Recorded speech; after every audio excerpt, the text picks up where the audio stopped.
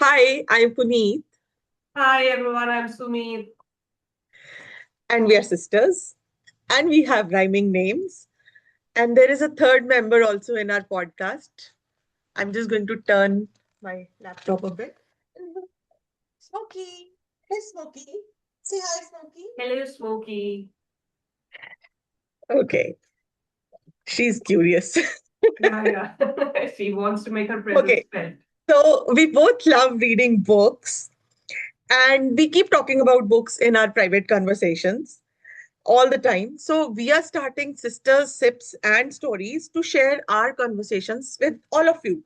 Sorry, I'll have to dodge the cat in between. We invite all of you to contribute to this conversation in the comment section. Whatever books we talk about, we'll try and put the reference to all those books in the description box. So let's start. Now, Sumit, can you please introduce yourself? Tell us something about yourself. Yeah, so, like Puneet said, we are sisters and we've shared a lifelong love for reading. And other than that, I have a PhD in gender studies and rural economic development. This is something that I finished at the University of British Columbia in Canada. Oh, and so that's the other thing. I am in Canada, in Yeah. near Toronto, and Puneet is located in New Delhi. But Puneet can tell you a little more about that. And yeah, so over to you, Puneet. Okay, and as I just told you, I'm Puneet. I have a master's degree in English literature. I love reading books and writing poetry. And I have an Instagram page where I write rhyming book reviews. It goes by the name of Verse Converse. I'll put the link in the description box. So if you're interested, you can check it out. And now let's get started. Okay, very exciting. This is our very first episode. Um, and in this episode, we intend to discuss, early experiences of reading, how we got started, and what does reading mean to us, what value it adds to our lives. And so we hope you enjoy the conversation. So, Puneet, to start, do you want to talk a little bit about when you started reading and who introduced you to reading?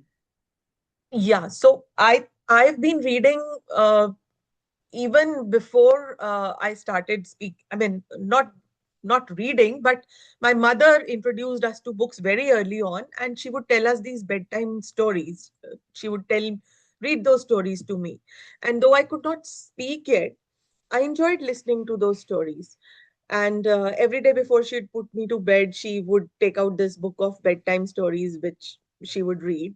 And then on the off day that she forgot, she tells me that I would pick up that book and bring it to her, and then, open it at the page and uh, take hold of her hand and, point her finger to, oops, sorry for that. Point her finger and, tell her to read it to me. So I couldn't even speak at that time, and but I loved listening to her stories. Yeah. But that's her memory. So my first memory of reading books is there were these comics that were available to kids in India at that time in early 1980s by the name of Chacha Chaudhary, Pinky, and Tinkle, Yeah. Amar Chitra Katha, those kind of things. Amar Chitra Mhm. Katha is basically full of Indian folk tales. So Mhm. those kind of things were the ones that I started with. And then somebody, I think my mother just took me to a bookshop where I picked up this Enid Blyton's Bedtime Tales. Mhm. And I can say that like that is the first book that I ever read uh, by Enid Blyton. And that hooked me solidly to reading. Mhm. Yeah. So that's interesting. I do remember because so just for viewers, I am younger than Puneet, so we are about 6 years apart. So I remember, growing up with a lot of Enid Blyton books at home, but I don't remember so many Chacha Chaudhary and the other comics that you mentioned. Yeah, I guess I didn't really keep them, or maybe I didn't. I don't remember that. Those are very early memories, Hmm. but perhaps I borrowed them from someone or someone borrowed them from me. I don't Okay. remember that. Yeah, So what is it then? You said that it was Enid Blyton, her book that hooked you to reading. So yeah. what do you think it was about her writing that hooked you? I think her stories were meant for children specifically, and they were written in language that a child of 8, 9 years would be easily able to understand. And the protagonists were children. They were stories of children for children, Mm-hmm.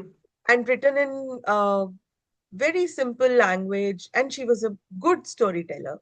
Mm-hmm. So that was her big attraction, and also a very prolific one because there was a lot of choice, a lot of Yeah, books to choose from. yeah, yeah. What are some of the do you remember any protagonists that you're talking about or any specific book by Blyton? I remember because later on I started reading all those series by Enid Blyton called Famous Five and Secret Seven. And I particularly remember this character. His name was Fatty. I think he was a member of the Famous Five, one of the Famous Five. No, it wasn't Famous Five. Oh, It was the no, other they were one. the five find outers. Sorry, That's right. five find outers. Yeah, it was one of them. He was one of them. So I think his full name was Frederick Algernon Trotterville. Yeah, And yeah, since the acronym was FAT, fat, and everybody called him Fatty. yeah. And And he he was was actually a so little big. fat. Yeah, Yeah, he was actually a little fat. yeah, yeah. Yeah, I also remember Fatty. That's interesting that we both remember Fatty and that name because I guess it was such a particular name. I also remember that name. And the other thing about Fatty that I remember that I was really fascinated by was that he had this shed in his garden, Mm, in the garden of the family home. And in that shed, he had all these wonderful detective tools. Like he had mm, all these disguises. So he had all sorts of mustaches, beards that he could stick yeah, on and change his identity. Then he had magnifying glasses and all yeah, sorts of neat things in that shed. And I used to think, why don't I have this sort of a shed and all of this neat stuff. Yeah. So, And I remember another thing from his book. One of the books, he writes with invisible ink. He yes. writes a letter with invisible ink, which he told it's just orange juice or lemon juice, something. If you just take out the juice of an orange, then write a letter with that, and then you put it on a flame, near a flame, give some kind of, or iron it, and the writing will emerge. Yeah. And I actually tried it. And did it work? It worked, yes. So It did work.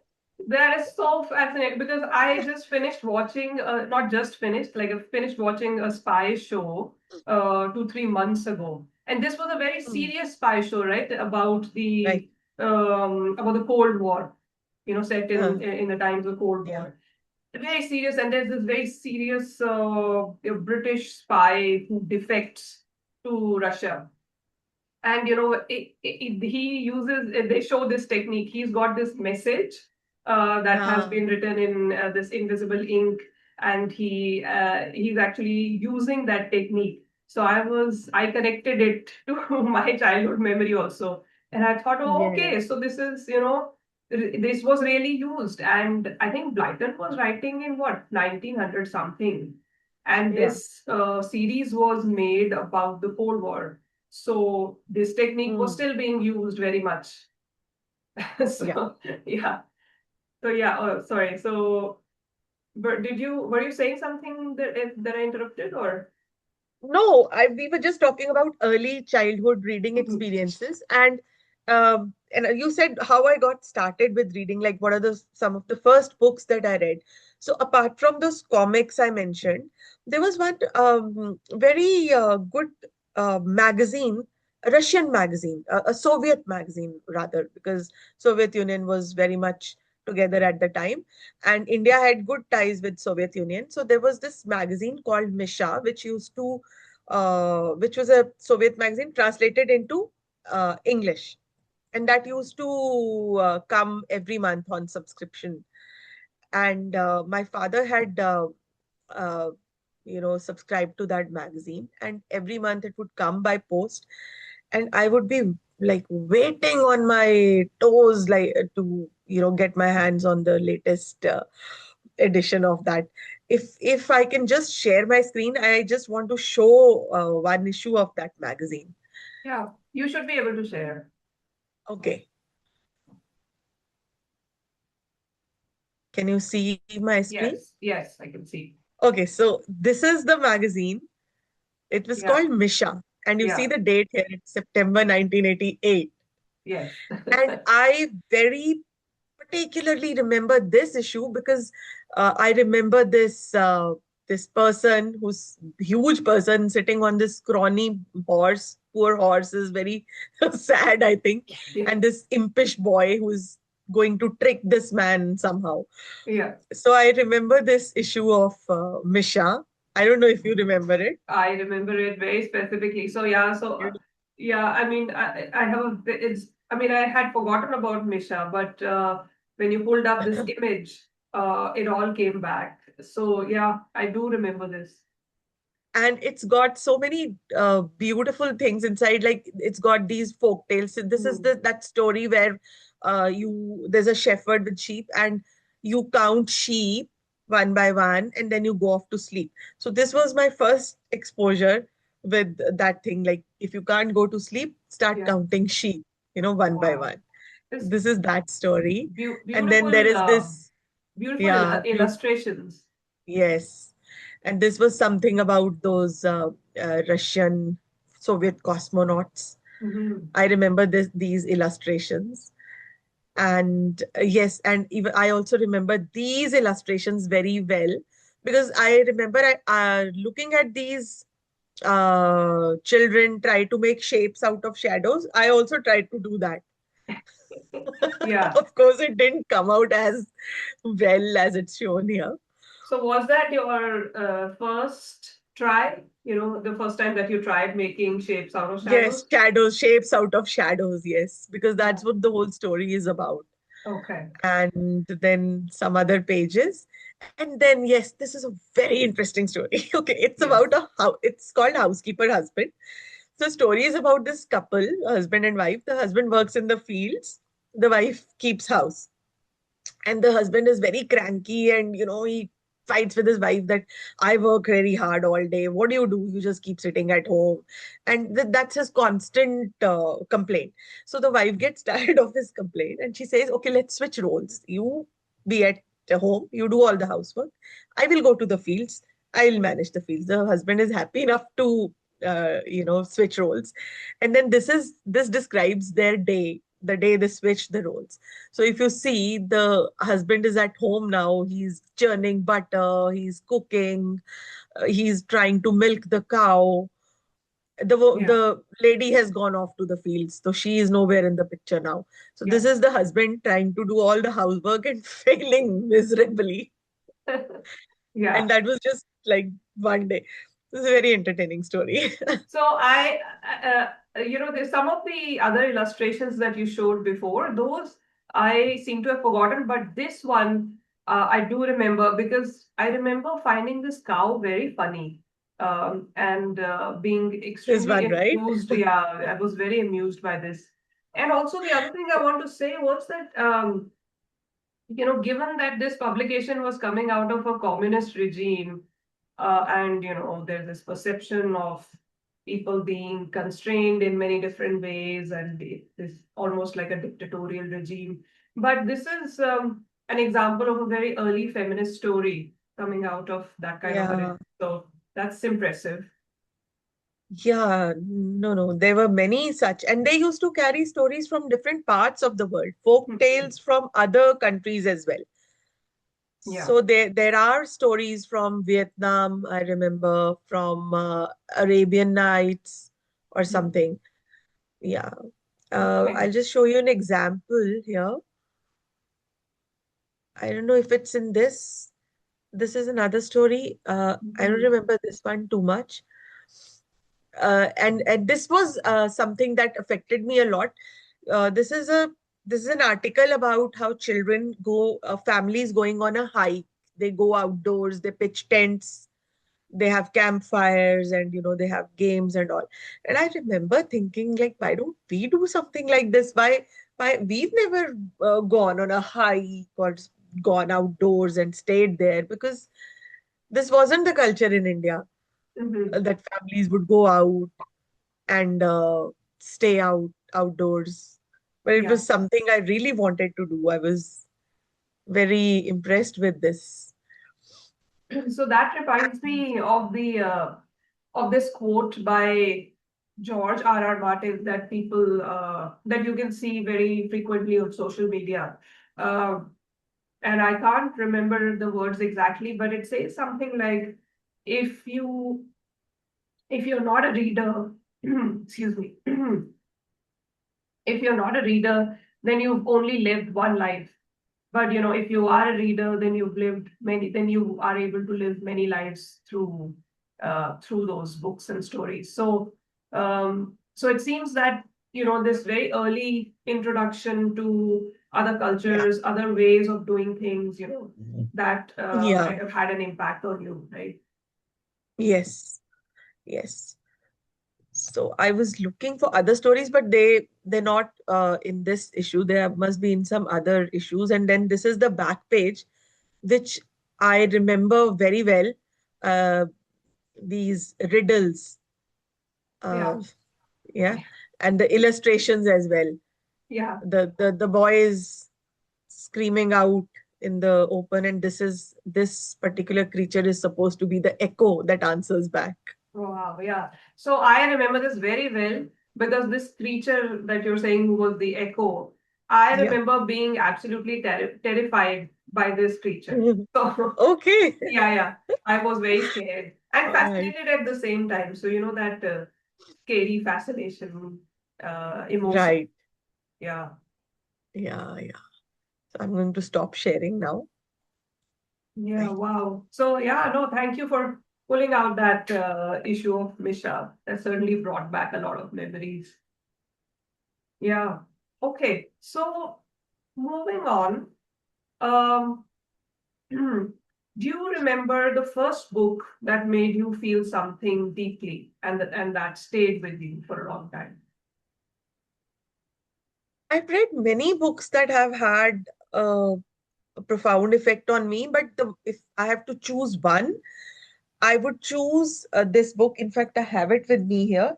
It's called Roots by Alex Haley. So it's a huge, thick book. It is a book. It is a book written by an American author, I think. This Roots, and it is about. I mean, he's of African descent, and he traces back his roots all the way back to Africa, whatever 5, 6 generations back to Africa. And then though it's a fictional account, but it's based on true events. This guy went to Africa, researched about how people were taken as slaves by unscrupulous traders and then sold off in the West. So his ancestors supposedly were taken from there. So the first part of the book describes a very idyllic life of a boy in an African tribe, all the skills they learn, hunting, living in the jungle, everything. And then it ends with a lot of them being captured like animals in traps by slave traders. And then the second part of the book is the journey from Africa to America, and in those ships where they're all held captive with chains around their feet and in very uh, unhygienic conditions. Many of them die. Some of them survive. The ones who survive are then sold off as slaves. And then the life of the everyday life of the slaves, how they're treated, not as humans but as animals. So this was my first brush with this, uh, how slaves are treated. And since it was based on true events, it really had a very profound effect on me. And after that, I read many more books on slavery just because of this book. And what Yeah. about you? Yeah. So I've also read this book. And that's something that viewers might find happens quite a lot on this It's a podcast great because book. yeah, Yeah. yeah, no, it's a great book, and yeah, we would recommend to people.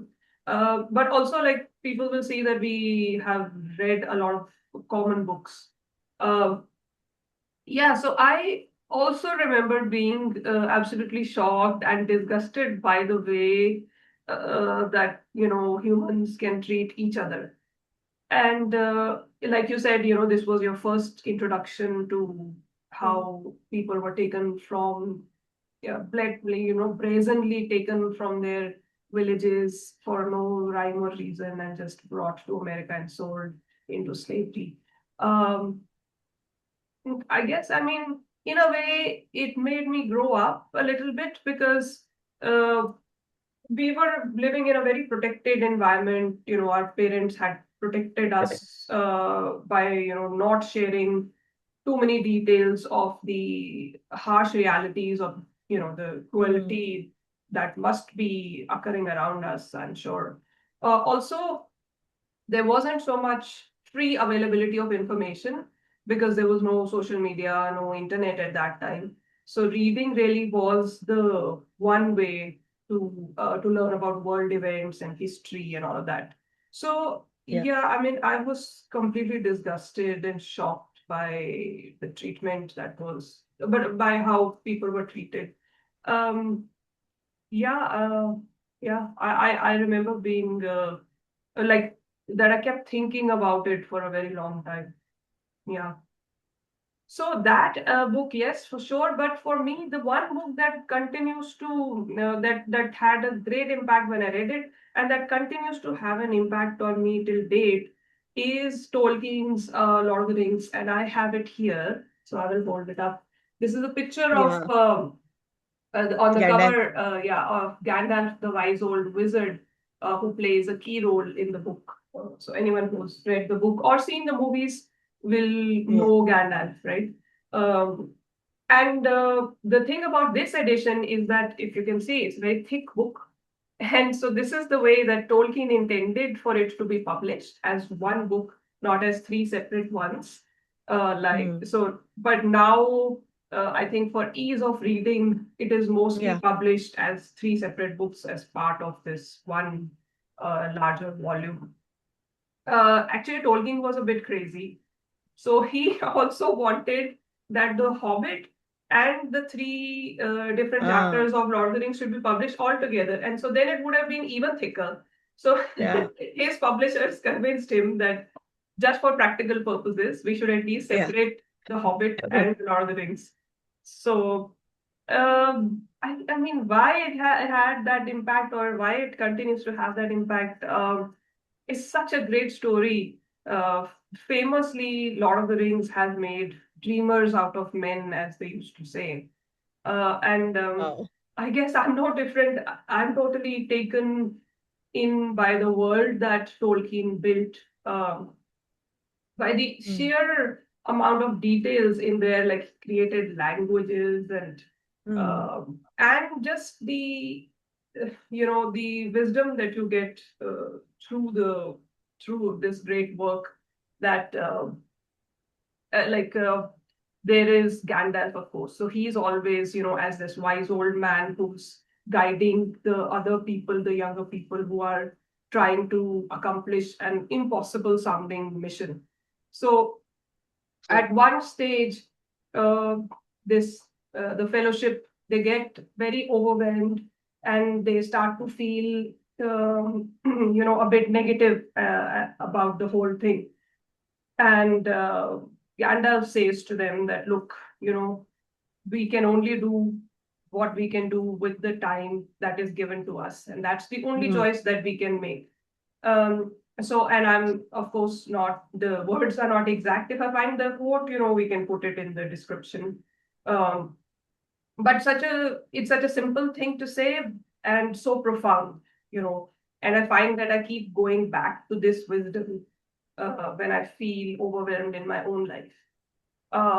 Also, the other thing that I want to say is that the other protagonist, Aragon, he is this great leader of men who, he is the quintessential hero. But he has flaws, right? The one big flaw that he has is that he doesn't trust himself, that he's not sure about his own, he doesn't believe in his own capability, he doubts himself. Um, and there comes a point in the book when he is required to do something big. uh, by that point, he has still not come to terms with his own self. But yet, despite those doubts, he still chooses to do the hard thing. He still chooses to do the right thing. Um, so I guess so these are the things that continue to inspire me. I can go on about the Lord of the Rings for hours, but I think. Actually, hearing you talk about it, I mean, it's been ages since I read this book. I read this book as a young adult. Like I was in my early 20s, I think, when I read this book, and I think I need to read it again. I'm going to go out and get my own copy now. Mhm. I'm going to read it again. So let me ask you, who was your favorite character in this book? Aragorn. Though I think we will have a detailed Yeah. whole episode on this book, on Tolkien and Lord of the Rings, but still, just since we are on the subject. So, Aragon. Undoubtedly Aragorn. He was, this hero who was so skilled with the sword that nobody could touch him.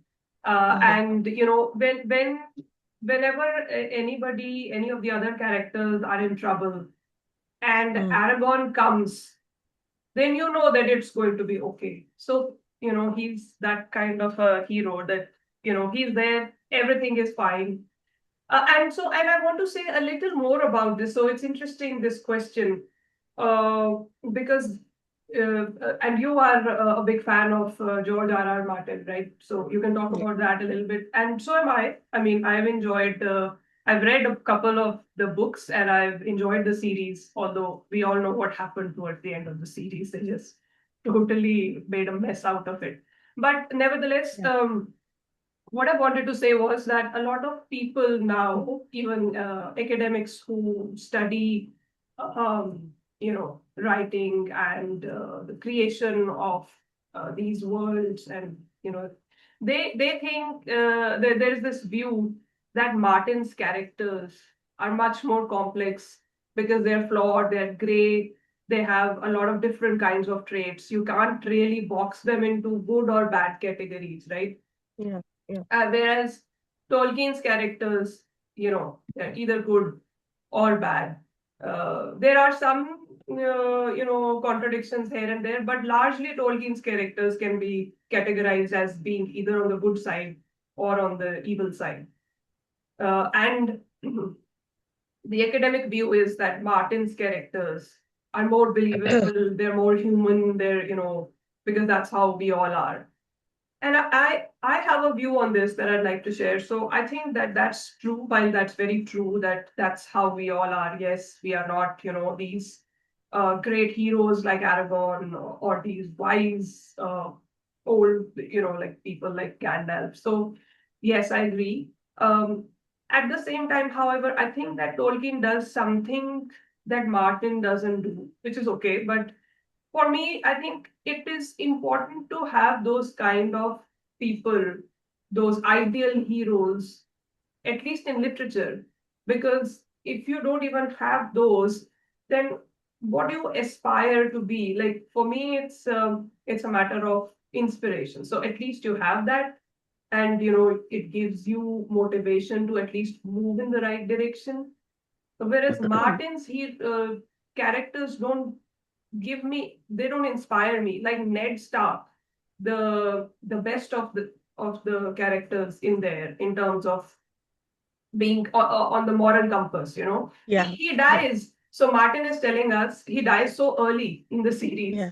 So Martin is telling us that, look, if you are as straightforward, as honest as Ned Stark, then that's what will happen to you. And I agree. I mean, that's probably the reality of the world that we live in. But can I just have some comfort in thinking about Aragon?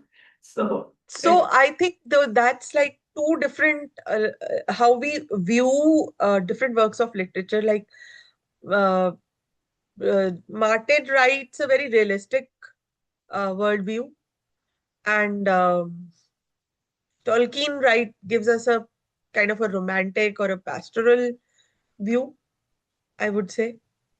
So they're two different genres in anyway. And yes, what you said is absolutely correct. Uh, so both of them have their own place. yes, Both those works have their own place in literature. yeah. We can't say that like one is better than the other, or one is right and the other is wrong. They're Hmm. both required. So for you, what is, I guess, if since we are talking particularly about characters, for you, if you were to compare, well, let's not compare, but who would you say is a more memorable character for you and why? So memorable characters, definitely Aragorn, Gandalf, people like these. They Hmm. are memorable characters. But like as I said, that I would say that both the books, Lord of the Rings is in a different league by itself, and A Song of Ice and Fire by Martin is in a different league by itself. You can't actually compare the two. Hmm. So Martin went by the premise that my work will be uh, memorable because of the writing and the plot and the story, not because of the characters. That was his that's what he talks about, and that's the reason that he kills off his characters so frequently. Hmm. Hmm. He doesn't want the reader to obsess on the characters. Like, so sometimes, most often, we know that this person is the protagonist, he's the hero of the story, so he's not going to die. Hmm. Otherwise the story, where will the story go? But Hmm. Martin turns that on its head, and he deliberately kills off characters to shock the readers that no, the story can go on without this person also. Yeah. So that's the difference in philosophy there. No, I completely agree, and I think that that's like that's important, right? Here, the kind of work that he has produced, and it's a reflection of the real world. Like none of us are so important that if we die, then the story won't go That the on. word would not go. Yeah. Yeah, that the world would not go on. Like all the heroes that we've had in history have died, and yet Yeah. here we are. So, yeah, no, I agree. So Um, I would say the characters are more memorable in yeah. Tolkien's work, but Hmm. then Martin's works got its own strong points, very strong points, and I Yeah. love reading his work. Yeah. When we talk of Martin's works, in that episode, we'll talk about his other works as well, which uh, some of them also have very memorable characters. Yes, for But we'll sure. not talk about that today. We'll Yeah, talk about yeah, that because later. it's supposed to Yeah, be a more general. But yeah, yeah, so let's do specific episodes on yeah. Tolkien and Martin, right? They both deserve their Oh own yeah, episodes. Yeah. yeah, for sure. So, so I guess there was this one question. If we can go back to Blighton a little bit, Yes. um, you know, because I think that Enid Blyton's work is so instrumental in shaping the kind of readers that we became, both of us, because that was, the primary author that we were consuming when we were children. Um, what do you want to talk a little bit more about her work and, what was it about her writing that appealed to you? So, like, as I said, the first book that I read was her bedtime tales.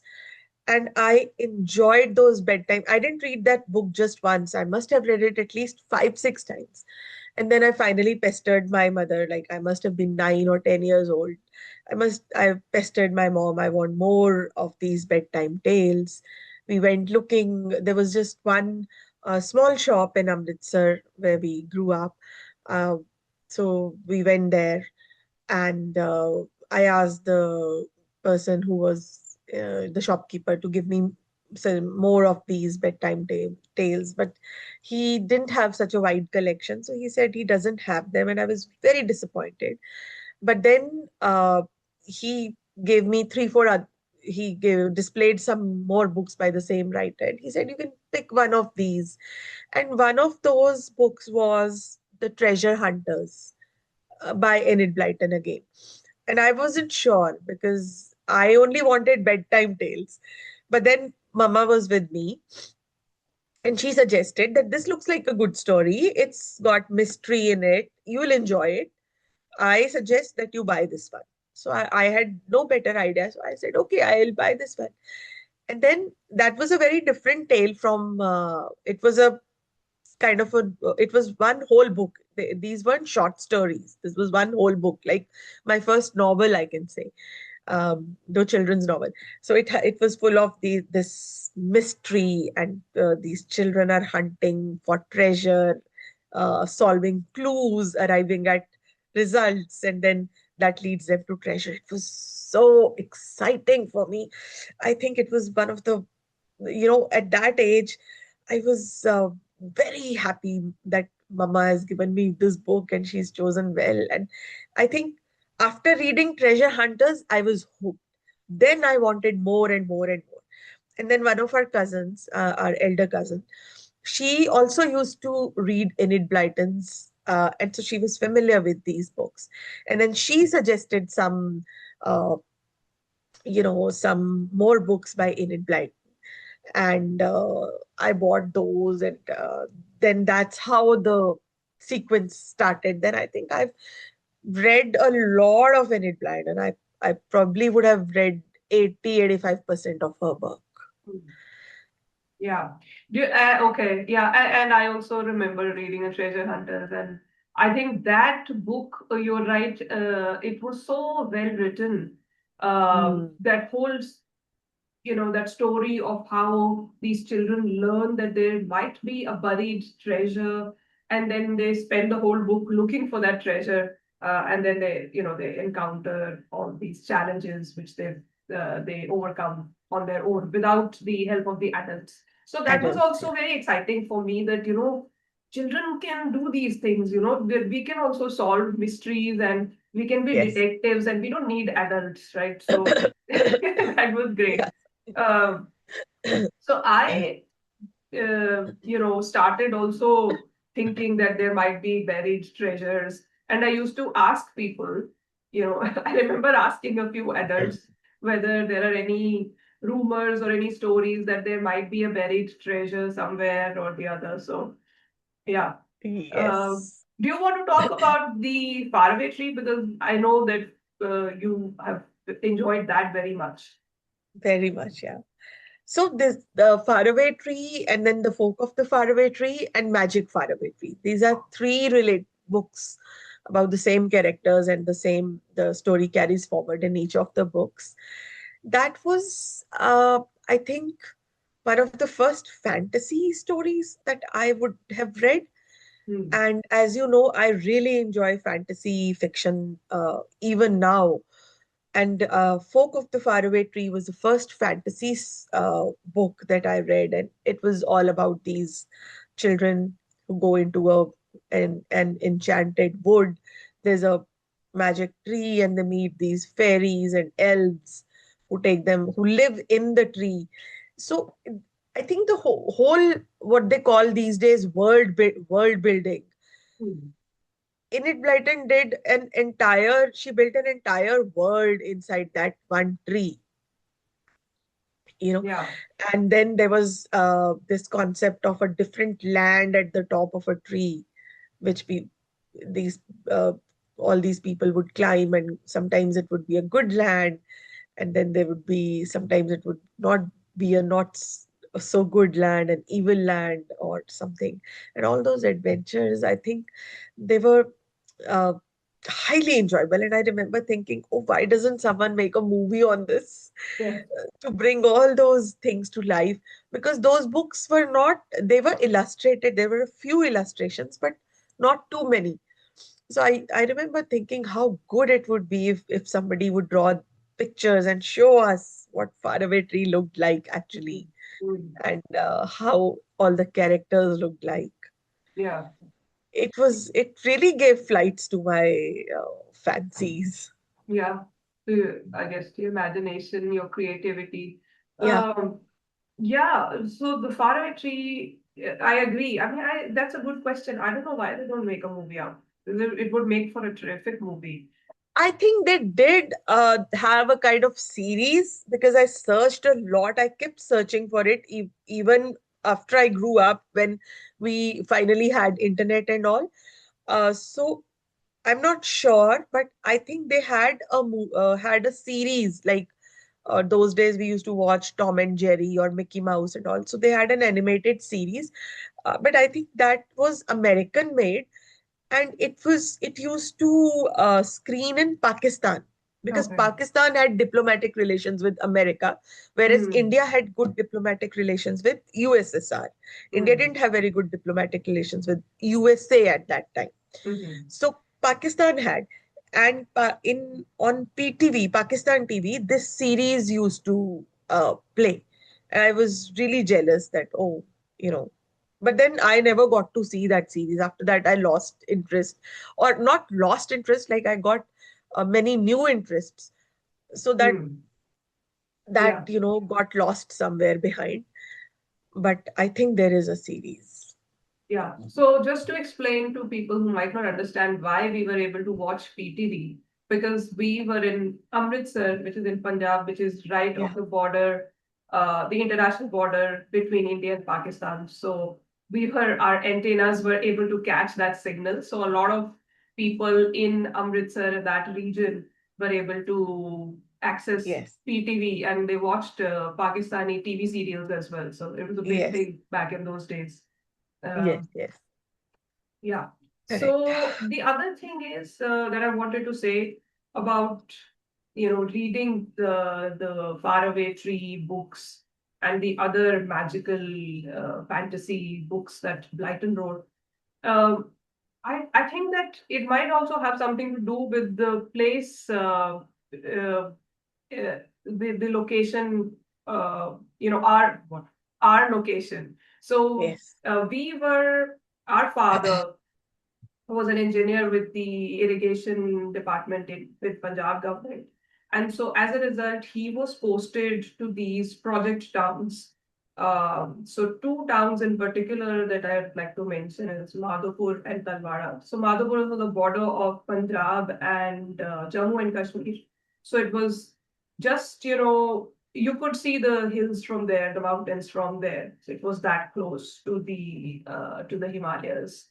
And then Talwara was on the border of Punjab and Himachal Pradesh. Himachal. So Mm. even from Talwara, you could see the mountains. And so Yeah. both these places were gorgeous. They were isolated. There wasn't much going on, it just like a small little market where you could go and get your daily essentials. But other than that, there were no cinemas, no like shopping centers, malls, no nothing to do, just open spaces, a lot of open spaces. Yeah. And in Madhopur, actually, we were lucky enough to live in a colonial residence, this big Yes. sprawling house, Huge. huge Yeah. grounds. We had tennis or no, badminton courts or tennis courts or something, Badminton badminton courts. courts. Yeah. Then we had a vegetable garden. Then we had a Uh, small lawn where you could grow flowers, and that's where our parents would have their evening tea. So it was all very colonial. And there was also, I think, a small portion of the grounds in which they grew wheat or something. There was also some Yes. cultivation. Yes. There was. Yeah. Yes. So huge, huge grounds and these great, Estate. yeah, it was an estate really. Yeah. And there were these great trees also in the grounds. And I was this very lonely child, and I remember, just walking through those grounds on summer afternoons with nothing to do, but just, my imagination would get the better of me. And, I would, based on what I was reading in Blyton's books, I would just keep thinking that, okay, maybe from this tree some little creature is going to emerge, or at that corner something is going to emerge. And at times I'm sure that I thought that there is You something there. go So looking for fairies and toadstools. oh, yeah. Yeah. And I think that actually I have still not given up on this idea. So, Oh, as you know, I am in Canada, and this is also, I'm in a not very busy place. And anyway, even if you are in a busy place in Canada, in the winters, it turns into this sort of winter wonderland, and there's snow, and people are not out and about it because it's cold. So yeah. but squirrels are always out and about. So, Okay. I have this thing of creating a story around the squirrels that come to my yard. So currently there is this squirrel, the tiny little squirrel. There are a lot of squirrels that come to my yard, but there's this tiny little squirrel that I can identify because this particular squirrel has a small little tail. And the other squirrels have bushy, long tails, and this one tail is very small. And so I have given it a name. So the name is Babbity. And so Okay. whenever I sit down for lunch or coffee or something, and if I happen to see Babbity, then I will construct a story in my head that, okay, so what's Babbity up to today? And it's a girl in my head. So is she going to go home to a warm, cozy little nook? And she has a mother in an apron who's cooking a nice hot soup for her. So I keep doing this, and it is a source of great joy and pleasure, and it grounds me in these uncertain times, this crazy world. These simple stories, they continue to give Yeah. me a lot of joy. So So, do you think you've been influenced by that squirrel that was a character in the faraway tree? Do you yes. remember? Oh It was a yeah. s- so there was a slippery slip, which was a hole in the center of the tree. So whenever people had to come travel from the top of the tree to the ground, instead of climbing down because it was a huge tree, this was a shortcut. So they would take a cushion, sit on that cushion, and then go whooshing down the slippery slip. And that would open right at the foot of the tree. There would be a trap door that would burst open when the person's feet touched it, and they would go out and they would land on a patch of moss that used to be grown there so that people would not hurt themselves when they land. Yeah. And then all Yeah. the used cushions would be picked up by this squirrel Yeah. whose duty it was to do that. Yeah. And the squirrel would be gathering the cushions Yeah. and then he would tie them up and then carry them up all the way Yeah. to the top. I know. Yeah, I think I'm certainly influenced by that little squirrel. And Yeah. that little squirrel was such a polite little creature, and he would always say, Yeah. "Thank you, sir," and "You're welcome, sir," and all that. Yes. And And he had a sweater with a yeah, hole in it, if I remember yeah. correctly. A red sweater Red with sweater. with Yes. holes. So at one point, one of the children who keep visiting that tree, she takes it upon herself to knit him a new sweater, I think, or to get her As mom a to Christmas gift, I as think. a Christmas gift. Yeah, Yeah, she yeah. gives him a new sweater and he's very happy. He's delighted. Yeah. Yeah. So yeah. So I think Beautiful memories. yeah, lovely. So are you? So I spent quite a bit of time talking about how Blyton continues to influence me. Do you want to talk about that? Do you think she continues to influence you? I think yes, she does continue to influence me because when I had my own son, and when I was looking for suitable books for him to read, because I wanted to introduce him to reading as well, when I was looking for suitable books for him, Enid Blyton was the first author that came to my mind. I tried to get him, I tried to interest him in those stories that interested me.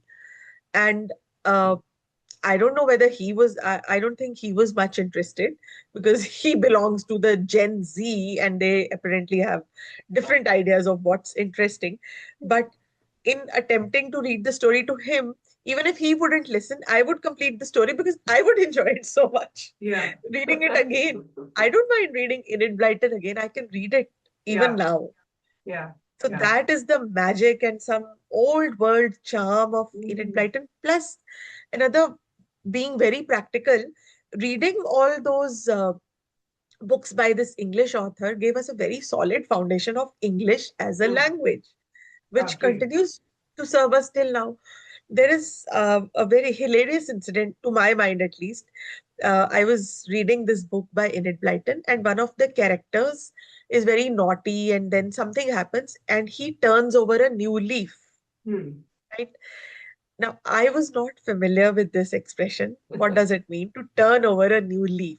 Yeah. I'm actually thinking in my mind he's gone into his garden and he's turning over leaves. And I'm so confused. Like, why is he doing that? Yeah. And there was no one to ask. Like, nobody could knew English that well in There was our no Google. vicinity who could have told me that what does it mean.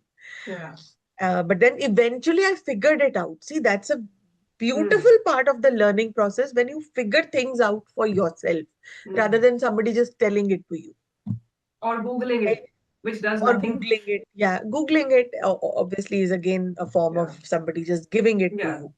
Yeah. Right. Right. I read that expression in a couple of more books, and finally I figured it out that what exactly it means. Yeah. So that's such a great example. So if you give people the context and if they Yeah, read it enough times, they will get it, yeah, right? Yeah. yes. Okay. Okay. So I think we are about done with this episode. I'm going to stop recording. So thank you for listening, everyone. Okay, bye bye Hmm. everyone. We'll see you again in the We next hope episode. Yeah, we hope to do at least one episode per month. So that's going to be the frequency for now. So tune in. Right. See you. See you. Bye bye.